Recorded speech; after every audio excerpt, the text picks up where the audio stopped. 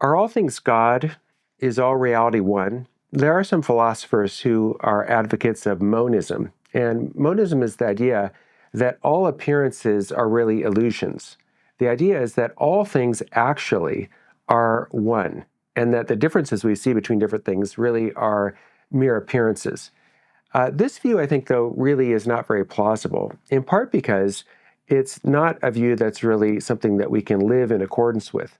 If you really thought all things were one, if you really thought that there's no real differences among things, well, then you would presumably walk into traffic because there's really no difference between the automobile coming down the road at 40 miles an hour and yourself.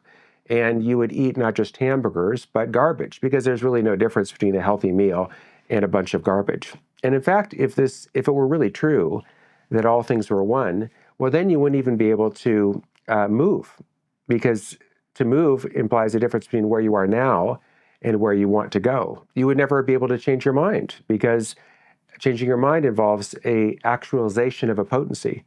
But we know for a fact, even if our senses totally deceive us, that we can change our mind. And I think I can show this to you now. Pink elephants are playing soccer on green grass in front of the Eiffel Tower. Now, I'm guessing before I said that sentence, you weren't thinking about pink elephants or the Eiffel Tower or soccer or anything like that. So your mind changed from thinking about one thing to thinking about another. So change, we know, is a reality. And if change is a reality, there's a big difference between what something actually is and what something potentially is. And therefore, if change is a reality, then monism ultimately has to be false.